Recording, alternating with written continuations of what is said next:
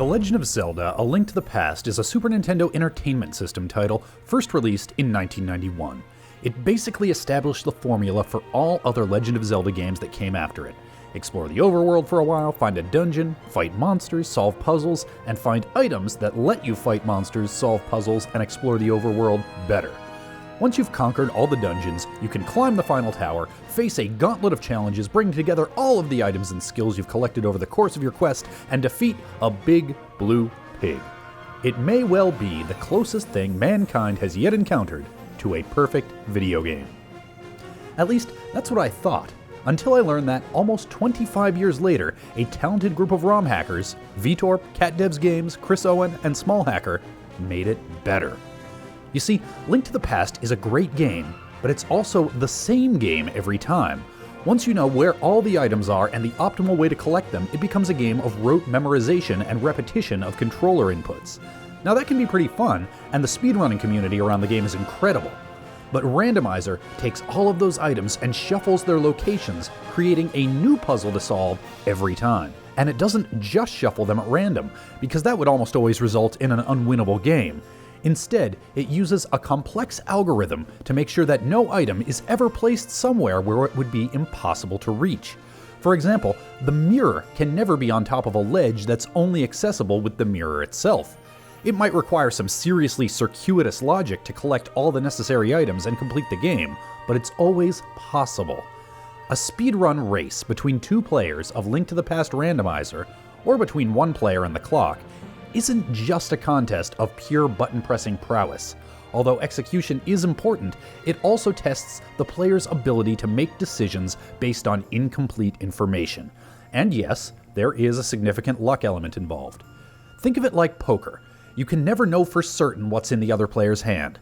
And while you can know the probability that the next card you draw will give you a flush or a straight, it's possible to make the mathematically optimal play and still lose the hand. But if you make the optimal play consistently enough over a long enough period of time, you will come out ahead. I don't know about you, but I think that's a fantastic metaphor for all kinds of tough situations in life. Don't get mad at the dealer, just play the hand you got dealt. So okay, Link to the Past Randomizer is great, but it can also be intimidating to newcomers. I first learned about it when I stumbled on a race on Twitch, and I didn't even know what I was looking at. The race commentators were throwing out jargon, I didn't understand why the runners were going where they were going when they were going there, and I concluded that this was a crazy thing for crazy people. Flash forward 1 year, and if playing rando is crazy, then call me the Joker. Let's see if we can't make it even easier for you to learn than it was for me. Before we move on though, if there's anyone here who hasn't at least tried to play through A Link to the Past the normal, casual way, I'm going to encourage you to go do it. It really is a very good game, and you can only play it for the first time once. Take your time, explore the world, talk to the NPCs, use a guide if you get stuck, it's fine. You can always decide to come back to this video and skip ahead to the next section if it turns out it's not for you. You do you. Okay, is everybody back? Great. I'm gonna send you away again. If you look in the description, there's a link to a video by Fruit Bats that will walk you through the most common beginner speedrun route to vanilla Link to the Past. Now, running that route yourself is another step that's technically optional, but I really do recommend that everyone at least try it. It's not super important that you actually get through it fast. It's more about the way it teaches you to approach the game. You don't have to kill every enemy on every screen. You don't have to pick up every random 5 rupee drop. You don't even have to beat the dungeons in numerical order. Crazy, right? Fruit Bats also teaches you lots of nifty tips and strategies, almost all of which will come in handy sooner or later if you play enough rando. Everybody back from that? Great. Let's take a look at what you'll need to play your first randomized seed. First off, you will need something that can play Super Nintendo games. This can be a physical Super Nintendo console from the 90s, one of the more recent hardware knockoffs like a Retron or a Super NT, a hacked SNES Classic, or a software emulator running on anything from Windows to Mac or Linux to a hacked PSP or even a Raspberry Pi. For most people, I'd recommend a program called SNES 9X, which I'll link to in the description. It's available for Windows, Macs, Linux, Android, and many other operating systems, although for the purposes of this guide, I'll be assuming that you're using the latest version of the main Windows fork, which at the time of this recording is version 1.6. While you can play on a keyboard or a virtual controller on a touchscreen, most people are going to prefer to use a real controller. Almost any controller you happen to have lying around will work for your first couple of runs. I started out on an Xbox 360 controller, and I've also gotten good results from a PS4 controller. Now, if you decide to get serious, you'll probably want something that looks and feels as much like an actual SNES gamepad as possible. iBuffalo sells a pretty good wired USB controller for about $25 on Amazon.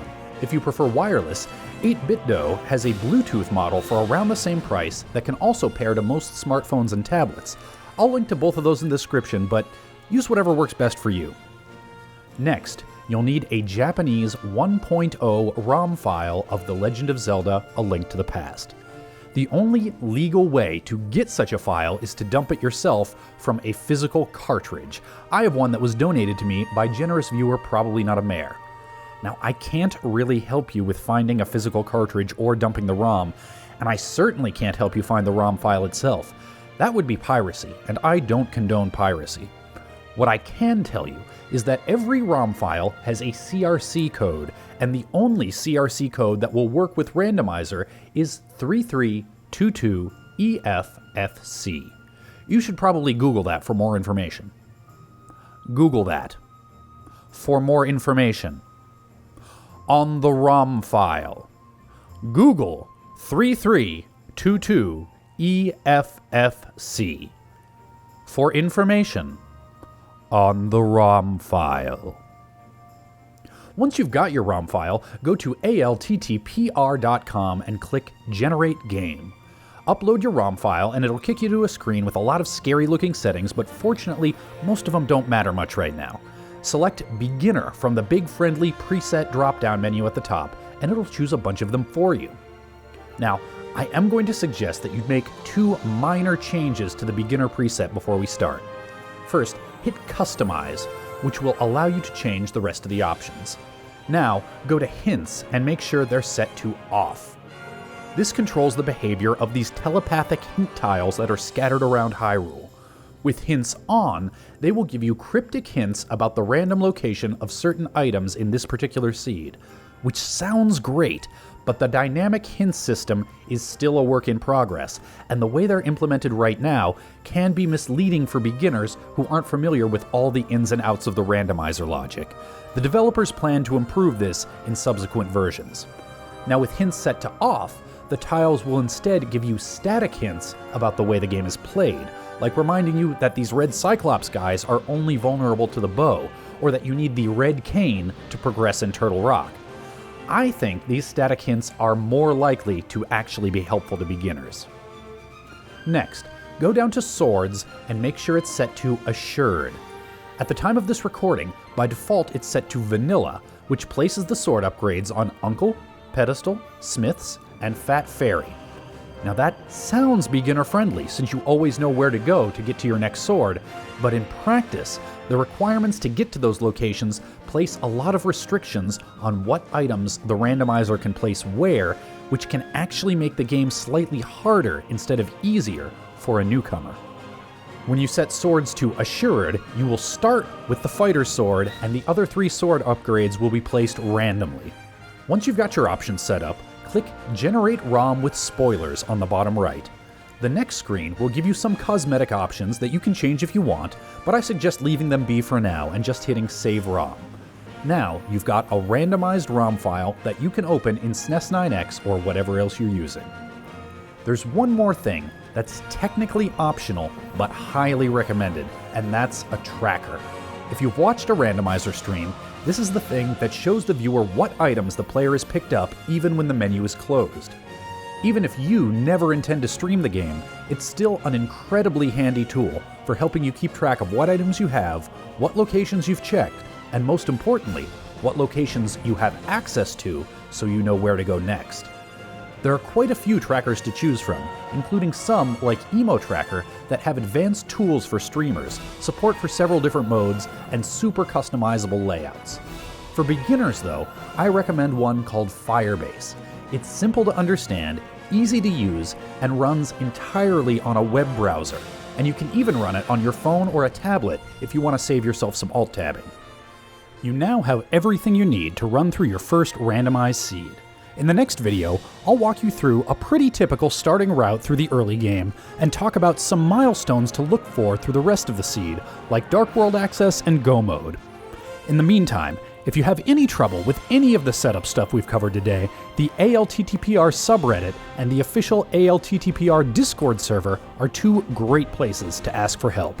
I'm making these videos to try to break down the barrier to entry as much as possible, but there really is no substitute for just jumping into the community and asking questions. And the folks there have always been super friendly and helpful to me. Until next time, may your seeds be fruitful, and praise RNGesus.